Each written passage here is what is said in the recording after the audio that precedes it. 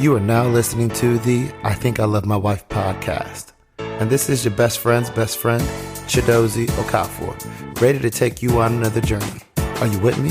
Because I'm ready. Let's get it. In this episode, the last episode of Season 1, I conclude my conversation with Dorian, Ant, and Paul, where we answer your remaining questions and go deep on some specific topics, like spirituality and religion, and who takes the lead in bringing that into the relationship and the family, the decision to have more kids, lessons learned from their marriage thus far, and some of the things that they believe are tripping people up in the dating game. Switch in perspective. Listen. Spirituality. No, seriously, we've been drinking. Spirituality is important, and so I wanted to get a gauge for it. In your relationships, and when it comes to spirituality and religion, at what point did you guys feel comfortable starting to bring that up into into the relationship, and whether you take a leadership role or want someone to take it, just to make sure you guys are aligned and what that looked like? Like, at what point did you guys feel comfortable to be like, okay, I need to make sure that we are on the same page about what we look like spiritually, as well as how we're going to move forward, and who takes the lead in setting, continue to make sure that whatever that tone is, that you gotta stay on that. I would say for us, spiritually, she was a lot farther on her walk than what I was. But have you caught up yet? Getting there. Getting there. But I'm at the point now of where I try to, invoke certain principles into our marriage, this is a moment where let's pray about this, or like let's read something to try to apply to where we are in life right now. So it's, she was farther, and she's brought me along, and being able to have other people pour into me, as well as pour into her, has been super important. But I think it's kind of like we're both at the point of now, like, okay, I think we need to be farther, like, personally, like, of like just, it seems like you're showing a little bit more initiative in that area than before. You were more like being pulled. Oh yeah, for sure. Leading and that. And yeah. So, because I think for a guy, right, and you guys could be different. I think when you start dating someone, and we talked about like the probably more frivolous things in terms of like, okay, when are y'all for real? Like, are you gonna text her back? But when you realize someone is this is a person that has potential, you start to think about, okay, like, I go to church, I should invite this person to church, or I should start to make sure we're praying with each other. How do we start to invoke some of these habits that I want to be in our whatever the future looks like? Yeah. When did you guys start feeling comfortable about saying, hey, let's go to church together, or start having that conversation about that, or let's pray together? Yeah. At what point? I think we may be unique. I don't know. So we were friends for a long time, and there was a point in time when she was living with her aunt, just because of how the school semesters went, and they lived by my parents, and so we started going to church together as friends, because she was new to the city. Nice. We started going to church together as friends, and then we go to church, and she would go on about her day, and I go on about my day. Yeah. And so I think that might be a unique portion of ours, but even still, as our relationship leading to marriage progressed, same as Dorian, she was further ahead in her walk than me, and it's still pulling me along, and I'm still trying to catch up and be like Dorian talked about earlier. The man of the household, as the Bible discusses, especially with guiding his family, should be more connected to Christ. Yeah, to Christ and in Christ, and so that's something I'm still working on and trying to be better on. And to say that I will ever get there is a setup probably for failure, but it's a constant walk. I believe in you. But do you feel like it becomes it has at any point become a point of frustration? To say, like, if I know your wife, she's very much like, she knows what she wants. She's like, let's do the work to get there. We had a point of frustration as it related to where we were. I know, we alwaady go to church or we'll go, but like to say, like, hey, I know this is important. I want you to be a leader. You're coming along, but you admit it. You're not where you should be to be like, I guide us. And so has it ever come to the point where, I guess what I'm trying to ask is, it seems like she's been patient with you because she's seen your growth and like, hey, I know it's happening. And some people are not as patient to be like, to make it more of a thing than it needs to be. And so like, where's your wife in there? And like, what do you recommend for people that are in that situation where they're pulling their person along? They may not be where they want them to be, but there are certain times things you can do that make it worse than to help the situation. I would say that she's probably in the patient side of things. I've grown, but probably not at the speed at which she would have liked for me to grow. But I'm not taking steps backwards either. Yeah, true. You know? Yeah. And so that... Or marching in place. Right? And so I think there's something to that. But I mean, a lot of things in relationships always fall back to intention. And that's a me thing of being intentional about where we're going and what we're doing and how we're going about it. I mean, for me, like, I would use the scapegoat of, like, you know, when my wife is on call on the weekend, she's probably not going to go to church just because if she gets called, it's very hard to take a call and talk to somebody about that while in the church service. And if you miss the call, that could be problematic for somebody. So she doesn't go. And instead of me taking the initiative to say, well, she can't go, it is what it is. That's the life. I'm still going to go. I'm still going to go and my son is still going to go. I would just, all right, cool. You know, let me go where I need to be better and say, you know what? We will go. We know that you can't go. This is the reality. This is the reality for this weekend. But I'm gonna go. My son is gonna go, and the family will continue to move forward. Do you think that become like a bigger thing? Yeah, and bring it back, and then we can discuss. Yeah, I mean, he's still fairly young. Do you think like as he gets older, where he let's say 6, 7, that's gonna be more like something you think about more, or is it just like... No, I think it matters at this point. I mean, you'd be surprised what these little junkers pick up and learn and hear. And, you know, he's not a 2-month-old, right? 2 months, he don't know what's going on. At 16 months, he knows some things. Yeah. And so when he's going, you know, because we take him to church and we put him in the daycare, but they're singing songs and doing all this kind of stuff. He knows never would have made it. Right, exactly. Right. He knows when the gospel music comes on, and hopefully that'll start to stick to where we can get more defined in what the meaning of that is. But I mean, it matters now because it's with kids and with babies, any parent will tell you it's about creating a routine, right? They wake up at this time, I feed them at this time. If they've never been to church before, it's going to be crazy. And if they've never been to church before and you say at 5, we're like, yeah, we're going to go. And they know that they've never been there before. I'm sitting here for 2 hours, no screens? Exactly, right? And so it's like introducing that earlier, because like when we first took him to church for the first time and put him in the daycare, he doesn't cry when we drop him off at his daycare during the week. That one was new. But when we took him to the church, it was new. He cried, he wasn't having it. Now, he just walks in. Yeah, no, it makes sense. And it's because you create that habit, and he knows that I'm gonna go in here. He doesn't go in like, oh, I'm about to learn about you. He's not there yet, but he knows he's gonna be there. This is okay. This is where I'm gonna be. It's okay. My parents will be back. Yeah. And every time that we go, that needle for him is gonna move forward as well. True. And so it's a constant thing that I have to work on and be better at, instead of using my wife's work as an excuse. Of using it as an opportunity for growth. No, that makes sense. What about you, Ant?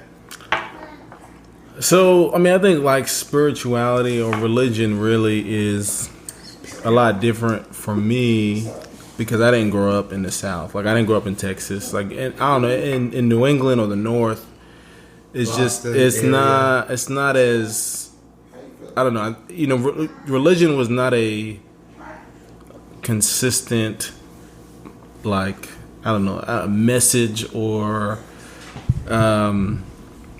just something that would... I feel it more when I'm down here. Like, I don't know why. It's just part of the culture here. And not in a negative way. It's just different. And I went to a Catholic school and went to church. I was, altar boy and did all the whole nine. Like, church was a part of my whole life, but I feel it more here culturally. It's just something that people didn't talk about from a social standpoint. It was more, I don't know, it was more personal. Here it's like, what church do you go to? Yeah, what you know, when do you, you know, I'm going to Bible study, doing this, and it's like, so it's different, and like, you know, and so me, and I think my wife is more, I guess, religious than I am, but not even to the point where it is kind of down here. So I think spirituality, there's a difference, religion and spirituality. But so I think we're both very spiritual, and we have our own like journeys that we have with God and how we want to live our lives. So we've been. You know, we talk about going to church or finding a church because we really haven't found one. We go to one that we go to one consistently enough that we feel like it's our church, but we're not like fully ingrained in there. But so you know, anyways, a long story short is I think my experience or our experience is very different than others just because of the way that we were brought up.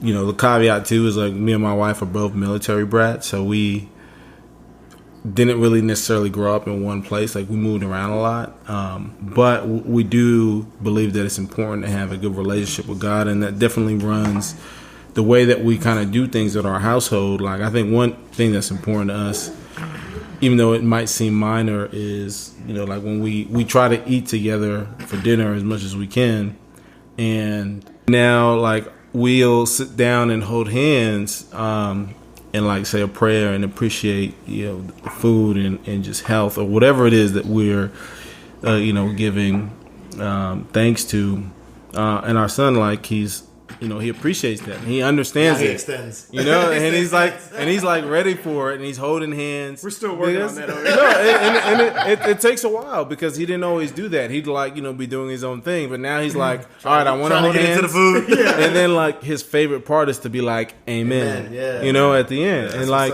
and that's important to us because that type of influence we want to have on him. Because like, even for me, like my mom is super religious, very spiritual. And like we were going to church every Sunday, you know, Sunday school, the whole nine.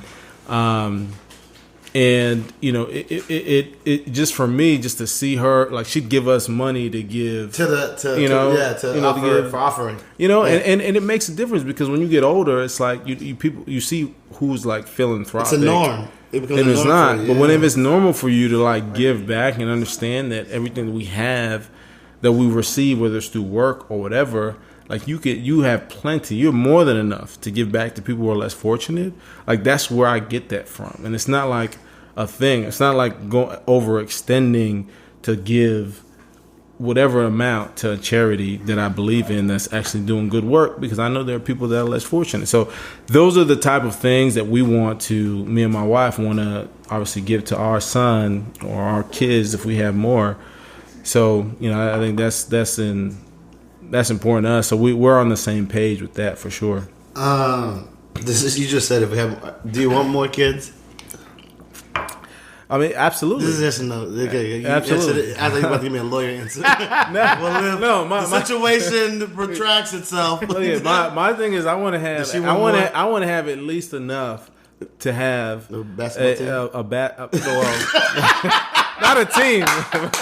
But I want at least 5 so that they can play. Does she want? But like if once, you know, I talked about this before. Once you've been through that the pregnancy, the pregnancy and labor process. Does she want more? It's a real You life. understand Does she want more?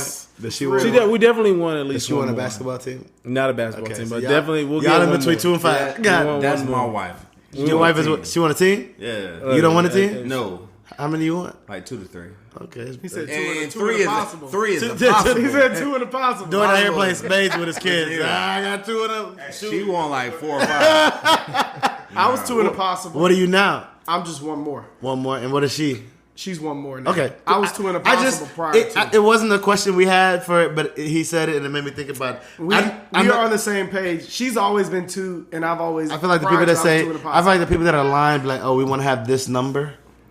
Like when they get a line, have it, and then be like, oops, baby. Like it'd be like 2, and then like, and it'd be like really close in age, like 2 or 3 years, and then like 8 years later, oops, hey, you got your little brother or sister. Yeah. You know, keep it moving. I know y'all gotta go, so I just want to wrap it up real quick. A lot of times when we look at social media, couples, especially couples, like, oh, black love or married this, it seems like really good. You see all these pictures of like almost perfection. Like these people are in these places, and people are like, oh, this goes. The Obama's posted a picture of Bay and First Lady and POTUS. Yeah. Excuse me, shit. Coughing because it's not real. But like we know they have issues, they have problems, and like her journey to support her husband wasn't like probably the easiest or most comfortable for him, but she did it with grace, right? And so I want to talk to you guys about like what are like just challenges that you feel like are just general challenges that you face that you can't avoid in marriage, right? And then on top of that, you can answer which one you want. All of you guys, since I met you guys, have either been married longer for a significant amount of time from when you started, or have kids. What have you just learned in terms of over the past times since we talked last? I would say, like, as it relates to, I guess, the first question, you know, with marriage. I mean, my wife and I are horrible posters. She's better than me. I'm probably like 5 a year on average. Right. That's probably accurate. About 2 for me. Yeah, I was like, and you know, I've seen those, you know, where it's like, you know, every picture is a vacation and everything's always peachy.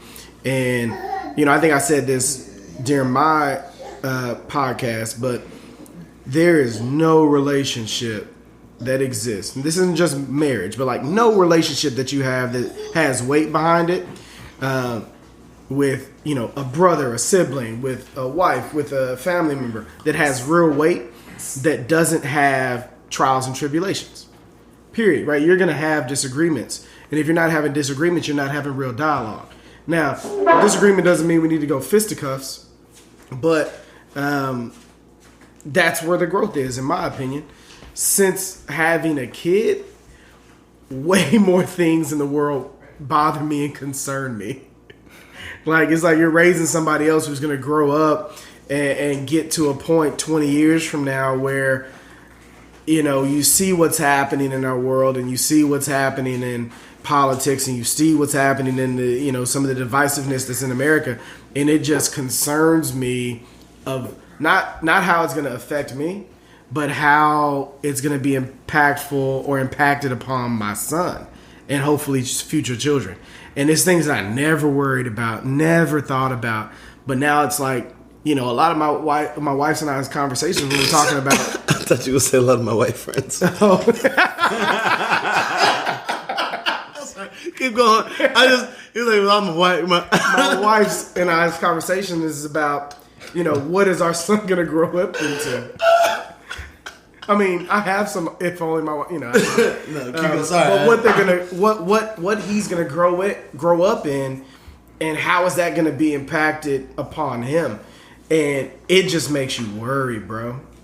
It just makes you worry about this and all these other things that you don't have control over that could change the course of your child's life.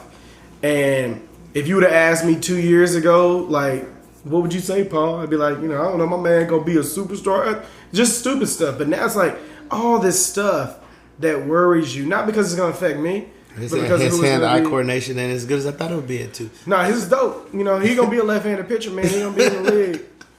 He got that gun on him. I'm gonna talk to you in 3 years. But just all this stuff, and you're just like, it makes you like in this constant state of worry, which I feel like I shouldn't be as much as a parent. Like, you should enjoy but I imagine it's probably similar to like when we talk about like the aspect of what were some of the things that you were worried about, or what caused pressure or anxiety when you were going to propose, and then you're like, now like I probably weighted that more than it should have been at the time. You know, I think it's the same thing as a parent. Yeah. Probably things, especially with your first. Yeah. I'm sure the next one come through, you're like, right. We don't need Huggies, Pampers, or private label works just as fine. The way we go through these, it doesn't matter. Real talk. And so I think the same type of like guy, I won't say just guys, I think we tend to over-examine, and probably the same way I'm over-examining this chick's text messages, things than we should initially. The next girl that sent me text dry, I probably take it a coffee quicker. And so I get it. I want to just get your thoughts on, you guys all have friends that are single, men and women, and you guys have been single, now married. if you guys have like to just think through from like a high level standpoint, what do you think? What do you guys think are tripping people up like at this day and age in terms of dating and like actually connecting and find that person that they want to give that chance to, or say, hey, in 2 months I know, like what's tripping people up? I'm gonna let Dorian go this, but I'm gonna crack my joke. Text messages. Yeah. Beyond. But Honestly, for me, I would say technology. Like, people don't know how to just talk. Dorian, you know I know how to talk. Like, Yeah, I know how to do it, but like, but it's every. So what has prevented you from having a conversation with that person over the phone? in that situation, the text game was weak. And I've hung out with people that I've been like there's levels of weak and there's whatever. And maybe I'm not that pressed to just go out with people. I think that's the reality. I'm not that pressed to like meet the next person to start that process. That could be the truth of it at its core. But I've met people and we've texted initially, and it was just like it didn't feel like work. It was just like we had it, right? Yeah. And I texted people that it wasn't as bad as that person was, and we went out, and I was like, yo, you gotta be better via text. That shit was garbage. Yeah, but that goes back to what we talked about of you not being at that space of like. Oh yeah, I know where I'm at in life. Yeah. Someone at this point in my life, and hopefully in the next few months I get past it, just because like I was in a situation that like I loved the person and I was gonna marry that person and very vested in that, and so coming out of it. And the things you go through to try to make it work and to see it not work, you're just like, I'm not trying to... Anything that feels like work, I'm like, ugh, like, cringe. And so, like, when it feels like I'm trying harder than a natural thing, I'm like, you know what? I'm good. Yeah. And so I recognize that about myself. Yeah. However, my nuggets to women, just try a little bit. This is what I'm trying to give people. But anyways, what have you just like... What advice what do you see is tripping people up? In terms of like holding them back, because I'm sure y'all all got single friends that are like, hey, Aunt, or hey, Dorian, I'm doing this, and like I talk to you every 3 weeks, and it's the same shit that you be. I think it's technology, man. Like people just really don't know how to just have conversation, have a real life conversation. Like everything is social media, it's text messages, we don't know how to talk face to face. Like I remember I went to a bar or a club or something. And everybody's on their phone. Everybody. It's like nobody knows how to interact. I give it to you. And I think that is, especially as you date or meet people that are younger, it becomes a thing. You don't have to be young. No, but you're right. I just think that like I've, for me, and I think I took offense to that because, not offense, but I got triggered because I was like, that ain't me. Like I'm a person, I don't even be on my phone like that. However, there are some people that are listening to this that might speak to them in a way that doesn't resonate with me. And so I think it's legitimate. What about you, Ant? So, I mean, I think one is that people... Bring your silky voice closer people, to the people have... And this is real. I think people have expectations that are unrealistic. And what I mean by that is I think... people have these lists of things that they want in somebody else, and they're just things that are like, well, you got to be a certain height. Well, you got to make a certain amount of money. You have a certain type of job. And this is men and women, and it's just kind of like you're limiting yourself so much in terms of finding somebody, or you might meet somebody that doesn't meet something on that list. And you're already shut off to the opportunity of that working out. The next thing is that we're having expectations on other people that we don't even have for ourselves. So they're like, that's a real one. You're like, well, they have to have certain degrees. They have to be from this certain area. Whatever pedigree or whatever things that you require from them, you don't even require from yourself. And I think you're coming to the game or the table, whatever it is, from a perspective that isn't, in my opinion, necessarily genuine, and it's not a good place to start from. So, I think we all have.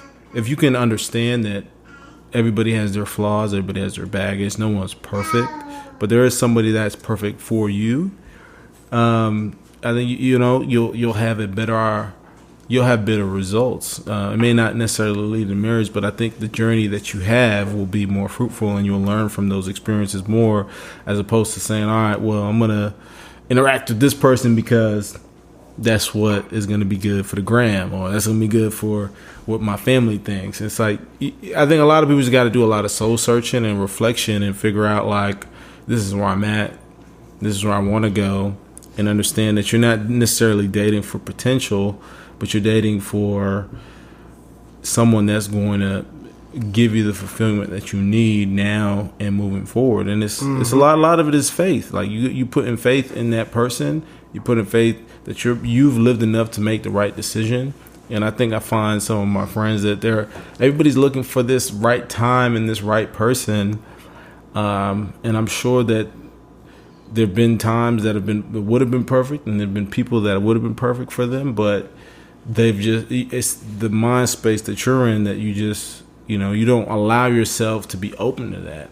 And we've all been there before. So I think that, and as I get older, I find my friends that they're successful, and they're only going to continue being successful, and they're good people. And it's like, they either meet people who are not at the right stage that they're at so that they can actually click, or they're just like, well, this is what I'm really looking for. And it's like, just be open, and you'll figure it out when the time comes. No, I think that's super, super, super, super meaningful in what you said. And two things that stuck out for me in what you said. One was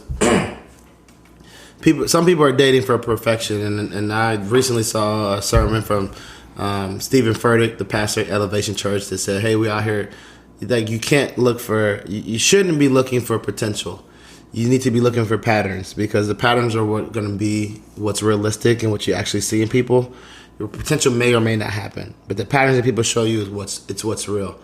And I think the last part you mentioned is one that probably resonated the most. Is like, at the end of the day, like, you're not with your person 100% of the time. And even, I think, when you propose and get married, do you know that person 100% inside and out? And there's a level of faith that's required. And I think, as me not being a very trusting person, that's probably been at the gist of my issues. It's like, I don't trust people in general. And so to be like, I don't trust people, I'm trying to figure out enough data points, whatever, to have trust in you. And like, sometimes you gotta say, fuck it. You just need to say, hey, do you have faith in this person to handle things in a way that y'all can navigate all these things that may come up? And that's something I'm working on. Last question, because I know y'all really have to go. What advice would you give we talked about advice you would give your kids, your daughter, your son in the future. If you had to go back, like your 25-year-old, 27-year-old self, know what you know now, what would you tell yourself? Go find my wife and make some kids earlier. Because like, if my son was 10 years old now, I'd be like, shit, I'm only 34 years old. I was talking to a friend of mine about that. I was like, bro, we could have been done with all this by 45 and like been just traveling our best life. Look, instead we got to be the 55-year-olds at graduation. I'm saying, man, I was like, woo. But you start doing the math. I was like, it's real though, because everybody's like, go to school, go to graduate school, go do this, live your life, travel, all this stuff, and then you like, in terms of me, like I said earlier, like walking in and picking up my son from daycare, that's like, you can't better than any club experience you can have, bro. Like, you can't replicate that. You can't. Like, you can't replicate that type of joy and happiness. And they are that joyful every time. Every time. And I know, and there's like a clock on that, because at some point they're gonna be like, I hate you. That's when you start to have another kid. That's when that oops baby comes. I need more love. I was playing pops like it's real, bro. Legos too. Say he gonna love his mama forever, but at some point he's gonna start flexing on me, and I'm be like, look, I've always been the captain. You're not the captain now. Hey, stick around for the podcast. We'll talk about that in about 7 years. Oh man! Any other? What is Paul? What else do you think? If you were talking to yourself, you dating, you doing the things you used to be doing. I think I would tell my younger self, not to waste so much time in the game. Because, like, you know, like, you know, everybody talks about these days, like, experiences, and, like, I want to have these experiences. I promise you, like, it's way more fun to have experiences with the same person. You know what I'm saying? I agree. It's something that you could talk about all the time instead of, you know, I'm sure there's somebody listening right now that has an experience that was amazing that they can't share with their siblings. Something like you can't have like a running joke that stops, and you're like, I gotta find a new running joke. The inside joke from that one can't come here, but like when you have that experience with the same person, it is a lifelong experience. You know what I'm saying? And like being able to do some of that stuff sooner and continuing to do it ongoing, like you ain't got, like, I'm not telling you nobody to, you know, do their thing and be in the game, but like, don't think that you got to be there for 10 years to perfect it or something like that. Like, go share life with somebody if that's what you want. If you don't want it, be who you are. But if that's something that you want, don't waste the time getting there. That's what I would tell my younger self. It's real. It's real. And work out more early and keep it going. Because when you lose it, and like no dad Bob and Bob, like dad Bob is sexy. When you have a kid, it gets tough. You told me about that sympathy weight you get. I should have went and ran those half marathons and stuff with Aunt. The most weight I had pregnancy weight, man. I don't know why I started eating for her. I was like, I got you. We raising a killer. This is for you to know. Yeah. Whenever you and your bae get to that point where you're trying or y'all get it. Sympathy weight's a real thing. There's no don't be sympathetic to the weight. Yeah, sign up for some activity. Get you some stretching pads.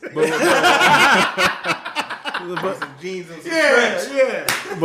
But real talk. I mean, if I was to tell myself, you know, something back then, is like you are, and this is for men, women, or whoever, but even myself, like you are enough. Like you're worth being that person for somebody else. Like you're like wherever you're at in your life, wherever you're at in your career, wherever you're at mentally, physically, socially, spiritually, like that is enough. And I think, you know, I look back and it's like, you know, I surprisingly I journaled a lot back then. I found a journal the other day and was reading some shit that I was like writing at like 24, and I'm like, I was so stressed about. This is before I even went to law school. Yeah. And I was just like, you know, I just had a regular job, you know, making decent money, but nothing crazy. You making good money. Stop it. Nah, like, it was like, but like when you look at the United States, it was fine. Like I was doing okay. Yeah. And I wasn't like I was never a person that was living above my means, so I was doing fine. But, you know, I was so stressed about like, man, am I doing enough? I'm not like reaching my full potential or doing this and that and this and that. And obviously I applied to law school and then did all that and everything worked out. But, you know, I'm looking back and I'm like, it all worked out. But I was like, you were good enough back then just the way I'm good enough now.